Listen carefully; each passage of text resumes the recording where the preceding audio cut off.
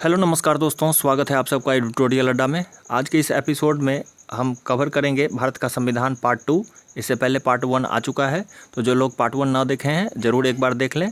तो आज के इस एपिसोड में हम मुख्य रूप से 5 टॉपिक को क्लियर करेंगे, जिसमें पहला है राज्य के निर्देशक तत्व, दूसरा है मौलिक कर्तव्य, साथ ही साथ संघीय कार्यपालिका, संसद और न्यायपालिका। यानी इन 5 टॉपिक से बहुत ही महत्वपूर्ण प्रश्न बनते हैं जो अक्सर एग्जाम में आपको देखने को भी मिलते हैं। तो क्राउन की बुक से ये पेज नंबर 248 से 270 के बीच में दी गई थी। साथ ही इसको लुसेंट से भी कवर कर लिया गया है। तो कुल 50 महत्वपूर्ण प्रश्न बन रहे हैं यहाँ पर, जो आने वाले एग्जाम के लिए काफ़ी महत्वपूर्ण है।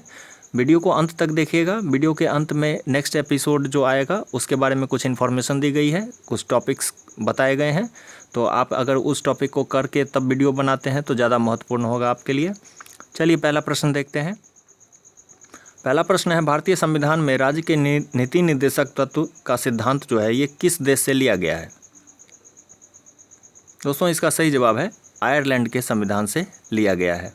नेक्स्ट क्वेश्चन, राज्य के नीति निर्देशक तत्व एक ऐसा चेक है जो बैंक की सुविधा अनुसार अदा की जाती है। यह कथन किसका है? यहाँ सही जवाब होगा के.टी. शाह का ये कथन है, जिनका वक्तव्य था कि जो राज्य होते हैं ये अपने सुविधानुसार कोई काम करते हैं, जैसे रोड बनवाना, सड़क बनवाना, विद्यालय खोलना। तो ये मौलिक अधिकार के अधीन तो आता नहीं है कि आप सरकार से कह सकते हैं कि आप मुझे रोड दो, मुझे सड़क दो। वो अपने सुविधानुसार ये करते हैं। तो इसी कथन को, इस वक्तव्य को इस तरह से इन्होंने, के.टी. शाह ने एक व्यंग्यात्मक लहजे से कहा था। चलिए नेक्स्ट क्वेश्चन देखते हैं। तीसरा प्रश्न है, निम्नलिखित कौन सा अनुच्छेद राज्य के नीति निर्देशक सिद्धांत का भाग नहीं है? यहाँ सही जवाब हो जाएगा ऑप्शन डी। उपरोक्त सभी जो हैं ये उस राज्य के नीति निर्देशक तत्व के भाग हैं, जो भाग 4 के अनुच्छेद 36 से 51 के बीच में वर्णित है। और साथ ही साथ अगर कहें तो अनुच्छेद 52 जो है ये राष्ट्रपति के प्रावधान से संबंधित है। नेक्स्ट क्वेश्चन, निम्नलिखित कौन सा कथन राज्य के नीति निर्देशक सिद्धांत के बारे में सही नहीं है? यहाँ सही जवाब हो जाएगा ऑप्शन सी, यानी 3 और 4 जो हैं ये सही नहीं है। 3 कहता है यह सरकार के महत्व को घटाता है, जबकि ये सरकार के महत्व को बढ़ाता है। राज्य के नीति निर्देशक तत्व जो हैं ये सरकार के महत्व को बढ़ा देता है। वहीं चौथा कथन है यह व्यक्ति के अधिकार के लिए है। बिल्कुल गलत बात है, यह व्यक्ति के अधिकार के लिए नहीं है, ये समाज कल्याण के लिए है। चलिए नेक्स्ट क्वेश्चन देखते हैं। 5वां प्रश्न है, निम्नलिखित अनुच्छेद तथा उनमें किए गए प्रावधानों को सही सुमेलित करना है। तो कौन से अनुच्छेद और प्रावधान इसमें सही सुमेलित हैं? यहाँ सही जवाब हो जाएगा ऑप्शन डी। अनुच्छेद 42 जो है ये कहता है काम की न्याय संगत तथा मानव के लिए जो उचित दशाओं होती है, साथ ही साथ जो प्रसूति सहायता का उपबंध है ये भी साथ इसमें किया गया है। जबकि 43 में कहा गया है कि कुटीर उद्योग तथा कामगार के लिए न्यूनतम मजदूरी का प्रबंध इसमें किया जाएगा। जबकि अनुच्छेद 44 में देश में एक समान नागरिक संहिता की बात करती है, जो सिर्फ गोवा राज्य में अभी तक लागू है। चलिए नेक्स्ट क्वेश्चन देखते हैं। 6ठा प्रश्न है, भारत के संविधान में मौलिक कर्तव्य का समावेश किस समिति की अनुशंसा पर हुआ था? सही जवाब है सरदार स्वर्ण सिंह समिति। सरदार स्वर्ण सिंह समिति जो बनी थी ये वर्ष 1976 ईस्वी में बनी थी। और इसका मूल उद्देश्य था कि आपातकाल के दौरान जो मौलिक कर्तव्य और साथ ही साथ उसकी जो आवश्यकता होती थी उस पर एक रिपोर्ट तैयार करना। तो स्वर्ण सिंह द्वारा मूल रूप से 8 मौलिक कर्तव्य दिए गए थे, लेकिन 42वें संविधान संशोधन में 10 मौलिक कर्तव्य जोड़ दिए गए थे, जो अनुच्छेद 51A में वर्णित है। बाद में फिर 86वें संविधान संशोधन में 11वां मौलिक कर्तव्य जोड़ दिया गया, जो 6 से 14 वर्ष के बच्चे जो होते हैं उनकी शिक्षा के लिए प्रावधान करता है। चलिए नेक्स्ट क्वेश्चन देखते हैं। 7वां प्रश्न है, निम्नलिखित में से कौन एक मौलिक कर्तव्य नहीं है? सही जवाब होगा सभी प्रावधान इसमें सही है। यानी पेड़ पौधे लगाना यानी पर्यावरण की सुरक्षा करना बिल्कुल है। तो वैज्ञानिक दृष्टिकोण का विकास ये भी ज़रूरी है, और सार्वजनिक संपत्ति की सुरक्षा ये वर्णित है। चलिए नेक्स्ट क्वेश्चन देखते हैं। भारतीय संसदीय व्यवस्था में मंत्रिपरिषद किसके प्रति उत्तरदायी है? यहाँ सही जवाब हो जाएगा ये लोकसभा के प्रति उत्तरदायी होते हैं मंत्रीगण। नेक्स्ट क्वेश्चन, भारत में राष्ट्रपति के पद के लिए निम्नलिखित कौन सी योग्यता आवश्यक है? सही जवाब है 1, 2 और 4 आवश्यक है, 3 आवश्यक नहीं है, क्योंकि राष्ट्रपति का जो पद है, राष्ट्रपति का जो उम्मीदवार होता है, ये लोकसभा के निर्वाचन होने के योग्य होना चाहिए, जबकि उपराष्ट्रपति के निर्वाचन में ये बात कही गई है कि वो राज्यसभा के सदस्य निर्वाचित होने योग्य होना चाहिए। नेक्स्ट क्वेश्चन, निम्नलिखित में से कौन राष्ट्रपति के निर्वाचन के लिए निर्वाचक मंडल का सदस्य नहीं होगा? यहाँ सही जवाब होगा उपरोक्त सभी जो हैं ये निर्वाचक मंडल के सदस्य होते हैं, यानी राज्यसभा के सभी निर्वाचित सदस्य, लोकसभा तथा राज्यों की विधानसभाओं के सभी निर्वाचित सदस्य, और साथ ही साथ जब दिल्ली और पुदुचेरी को भी बना दिया गया था एक विधान मंडल, तो इनके भी जो विधानसभा के सदस्य होते हैं, निर्वाचित सदस्य होते हैं, तो इनको भी सदस्य बना दिया गया राष्ट्रपति के निर्वाचक मंडल का।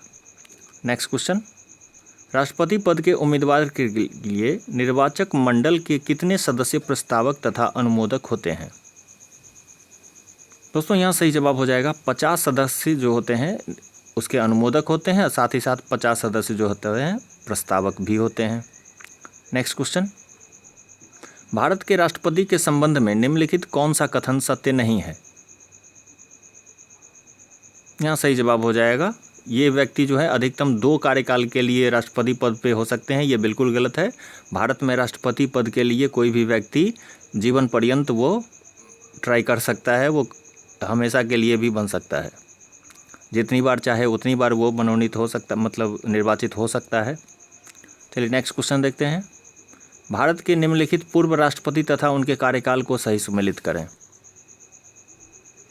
यहाँ सही जवाब हो जाएगा ऑप्शन बी, यानी सभी सही सुमेलित हैं। डॉक्टर जाकिर हुसैन जो थे ये 1967 से 69 के बीच थे, नीलम संजीव रेड्डी 1977 से 82 के बीच, आर वेंकटरमन 1987 से 92 के बीच, जबकि फ़खरुद्दीन अली अहमद जो थे ये आपातकाल का दौर था जिसमें 74 से 77 के बीच में ये राष्ट्रपति थे।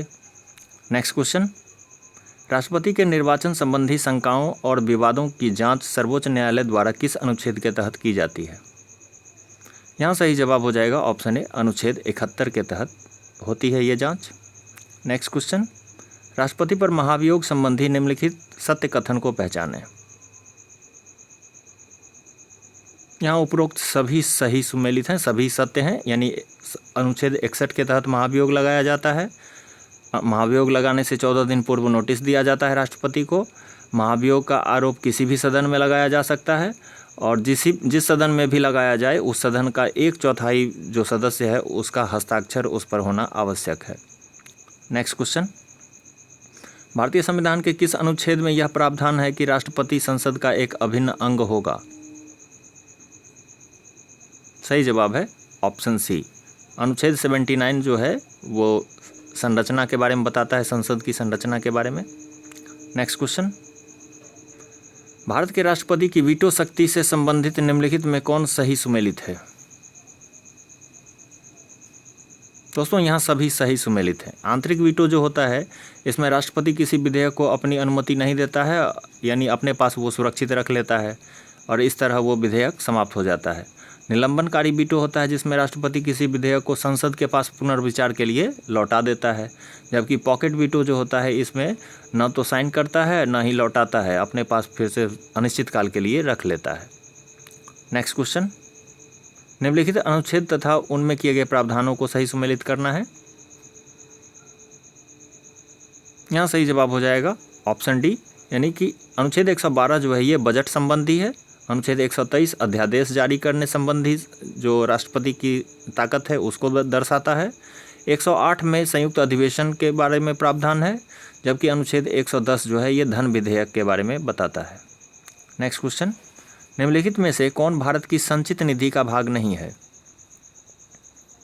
यहाँ सही जवाब हो जाएगा भूमि शुल्क, ये राज्य सूची का विषय है।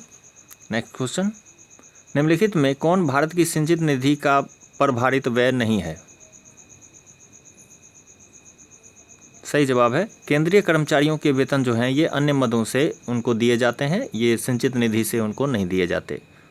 नेक्स्ट क्वेश्चन, संविधान का कौन सा अनुच्छेद संसद और राज्य विधान मंडल को आकस्मिक निधि सृजित करने की शक्ति देता है? यहाँ सही जवाब हो जाएगा अनुच्छेद 267 के तहत जो आकस्मिक निधि होती है उसका सृजन राज्य सरकार या संसद कर सकती है। नेक्स्ट क्वेश्चन, लोकसभा तथा राज्य विधानमंडल के मंत्रिपरिषद में मंत्रियों की कुल संख्या कितने प्रतिशत से अधिक नहीं हो सकती? दोस्तों यहाँ सही जवाब हो जाएगा 15% से अधिक नहीं हो सकती। नेक्स्ट क्वेश्चन, किसी संसद सदस्य कितने समय के लिए सदन से अनुपस्थित रहने पर उसकी सदस्यता समाप्त हो जाती है? सही जवाब है 60 दिन। अगर वो लगातार अनुपस्थित रहते हैं तो उनकी सदस्यता समाप्त हो जाती है। यहाँ ध्यान रखिएगा कि 2 महीने ऑप्शन में होंगे, लेकिन 2 महीने पर आपको टिक नहीं करना है। 2 महीने कम भी हो सकते हैं, ज़्यादा भी हो सकते हैं, तो 60 दिन आप ध्यान रखेंगे। नेक्स्ट क्वेश्चन, किसी संसद सदस्य को किसी संसद सत्र के कितने दिन पूर्व या पश्चात गिरफ्तार नहीं किया जा सकता है? सही जवाब है ऑप्शन बी, 40 दिन पूर्व या 40 दिन बाद गिरफ्तार नहीं किया जा सकता है, और ये केवल सिविल मामलों के लिए है। अगर वो जघन्य अपराध करते हैं तो फिर उनको कारावास हो सकती है। नेक्स्ट क्वेश्चन, संसद के 2 अधिवेशनों का अंतराल अधिकतम कितना हो सकता है?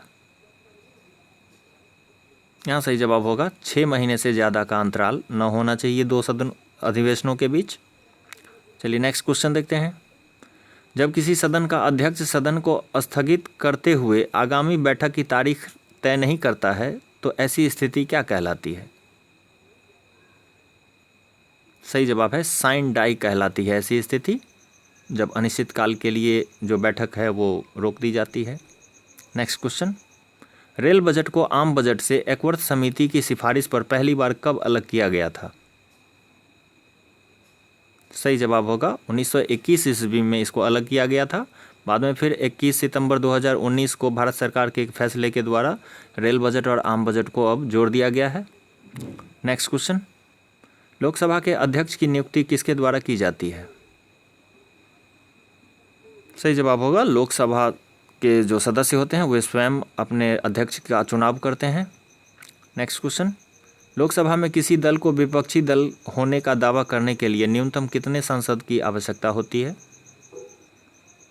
सही जवाब होगा 55 संसद सदस्य की आवश्यकता होगी, जो या कह सकते हैं कि जो 1/10 भाग जो होता है 10% उसकी आवश्यकता होती है। नेक्स्ट क्वेश्चन, किसी संसद सदस्य की योग्यता अथवा अयोग्यता से संबंधित प्रश्न को अंतिम रूप से कौन सुनिश्चित करता है? यहाँ सही जवाब हो जाएगा राष्ट्रपति। नेक्स्ट क्वेश्चन, भारत सरकार का प्रथम विधि अधिकारी कौन होता है?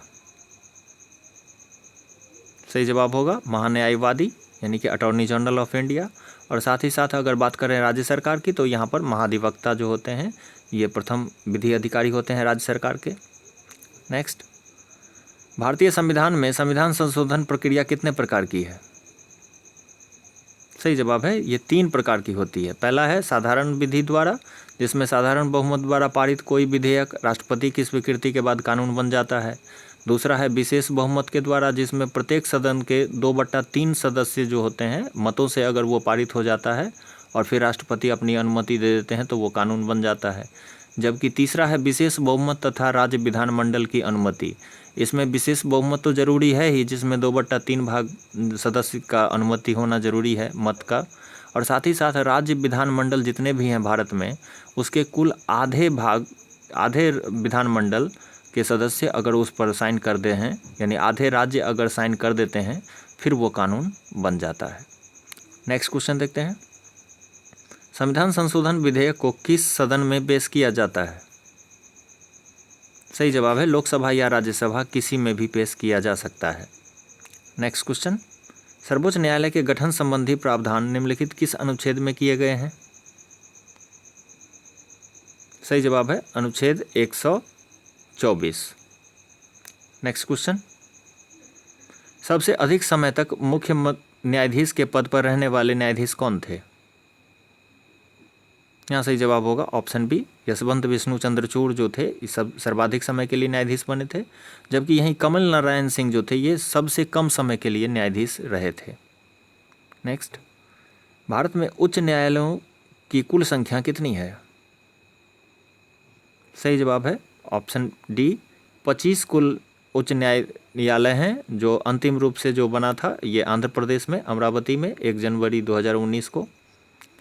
नेक्स्ट क्वेश्चन, भारत सरकार द्वारा उपभोक्ताओं के हितों के संरक्षण के लिए उपभोक्ता संरक्षण अधिनियम कब पारित किया गया था? सही जवाब है 1986 ईस्वी में उपभोक्ता संरक्षण अधिनियम आया था। नेक्स्ट क्वेश्चन, सर्वोच्च न्यायालय में संविधान की व्याख्या से संबंधित मामलों की सुनवाई के लिए न्यूनतम कितने न्यायाधीशों का होना आवश्यक है? यहाँ सही जवाब हो जाएगा न्यूनतम 5 जजों का जो बेंच होता है, तो यही सुनवाई कर सकती है इन मामलों की। नेक्स्ट क्वेश्चन, संसद के किसी सदन में सामान्यतः स्थगन प्रस्ताव कब लाया जाता है? सही जवाब है शाम के 4 बजे ये सामान्यतः लाया जाता है। स्थगन प्रस्ताव ऐसा होता है जैसे कि बहस चल रही हो और बीच में कोई अति आवश्यक मुद्दा कोई किसी संसद सदस्य को उठाना हो, तो फिर वो स्थगन प्रस्ताव लाते हैं और स्थगन प्रस्ताव कोई भी संसद ला सकता है। तो ये शाम 4 बजे सामान्यतः लाया जाता है। नेक्स्ट क्वेश्चन, प्रत्येक राज्य में एक उच्च न्यायालय की व्यवस्था संविधान के किस अनुच्छेद के द्वारा की जाती है? यहाँ सही जवाब हो जाएगा अनुच्छेद 214 के तहत ये कहा गया है कि प्रत्येक राज्य का एक उच्च न्यायालय होगा, लेकिन ये बाध्यकारी नहीं है। साथ ही साथ अनुच्छेद 231 में यह भी कहा गया कि 2 या 2 से अधिक राज्य के एक न्यायालय हो सकते हैं, एक उच्च न्यायालय का प्रावधान किया जा सकता है। नेक्स्ट क्वेश्चन, निम्नलिखित किस अनुच्छेद में राष्ट्रपति को किसी वैधानिक समस्या के संबंध में उच्चतम न्यायालय से परामर्श लेने का अधिकार है? यहाँ सही जवाब हो जाएगा अनुच्छेद 143, लेकिन ये बाध्यकारी नहीं है और इसका वाइस वर्सा है कि इसी अनुच्छेद के तहत सुप्रीम कोर्ट के जो मुख्य न्यायाधीश होते हैं वो भी राष्ट्रपति से सलाह ले सकते हैं किसी मुद्दे पर, और राष्ट्रपति भी सलाह ले सकते हैं उच्चतम न्यायालय के मुख्य न्यायाधीश से, लेकिन दोनों परस्पर एक दूसरे के लिए बाध्यकारी नहीं है कि कोई उनका जो मत है वो माने ही, तो ऐसा बाध्यकारी नहीं है। नेक्स्ट क्वेश्चन, निम्नलिखित किस अनुच्छेद में तदर्थ न्यायाधीश का प्रावधान किया गया है? सही जवाब है अनुच्छेद 127। तदर्थ न्यायाधीश वैसे होते हैं जो रिटायर्ड होते हैं या जब न्यायालय में अतिरिक्त जो न्यायाधीश होते हैं उनकी आवश्यकता पड़ती है किसी कामकाज को संभालने के लिए, तो राष्ट्रपति की अनुमति के बाद ये न्यायाधीश जो रिटायर्ड हैं उनको फिर से नियुक्ति दे दी जाती है। नेक्स्ट क्वेश्चन, निम्नलिखित में कौन सही सुमेलित नहीं है? सही जवाब होगा ऑप्शन डी, वित्त विधेयक का संबंध अनुच्छेद 117 से है। सही। नेक्स्ट क्वेश्चन देखते हैं, भारत में न्यायालय की एकल व्यवस्था का स्रोत क्या है? यहाँ सही जवाब हो जाएगा ऑप्शन डी, भारत शासन अधिनियम 1935। नेक्स्ट, वर्तमान में उच्चतम न्यायालय में न्यायाधीशों की कुल संख्या कितनी है? सही जवाब है वर्तमान में इनकी संख्या 34 है। अगस्त 2019 में एक संशोधन के तहत न्यायाधीशों की संख्या बढ़ाई गई थी, इससे पूर्व यह संख्या 31 हुआ करती थी। नेक्स्ट क्वेश्चन, यदि राज्यसभा द्वारा धन विधेयक लोकसभा में 14 दिनों के भीतर नहीं लौटाया जाता है तो क्या होगा? सही जवाब है धन विधेयक स्वतः पारित माना जाएगा। नेक्स्ट क्वेश्चन, किस संविधान संशोधन द्वारा संसद तथा राज्य विधानसभाओं में सीटों का आवंटन वर्ष 2026 तक के लिए स्थिर कर दिया गया है? सही जवाब है 84वें संविधान संशोधन जो 2001 में आया था। नेक्स्ट क्वेश्चन, वयस्क मताधिकार की उम्र 21 वर्ष से घटाकर 18 वर्ष किस संविधान संशोधन द्वारा किया गया था? सही जवाब है 61वें संविधान संशोधन के द्वारा। ये 1989 ईस्वी में ये संशोधन हुआ था। नेक्स्ट क्वेश्चन, निम्नलिखित कौन सा अनुच्छेद प्रत्यक्ष रूप से राष्ट्रपति तथा प्रधानमंत्री के बीच संबंध को नहीं दर्शाता है? यहाँ सही जवाब हो जाएगा ऑप्शन ए, अनुच्छेद 79 जो है ये संसद की संरचना से संबंधित है, जिसमें स्पष्ट रूप से वर्णित किया गया है कि राष्ट्रपति, राज्यसभा और लोकसभा संसद के अभिन्न अंग होंगे।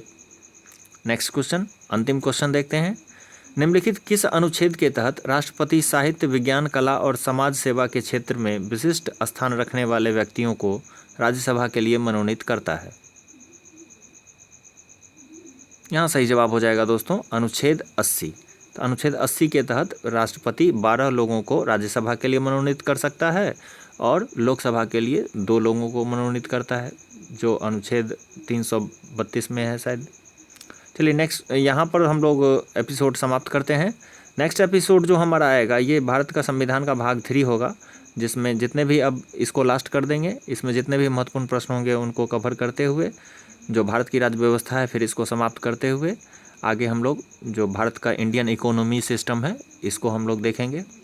तो चलिए यहीं पर हम एपिसोड को समाप्त करते हैं। बहुत बहुत शुक्रिया आपका इस वीडियो को देखने के लिए।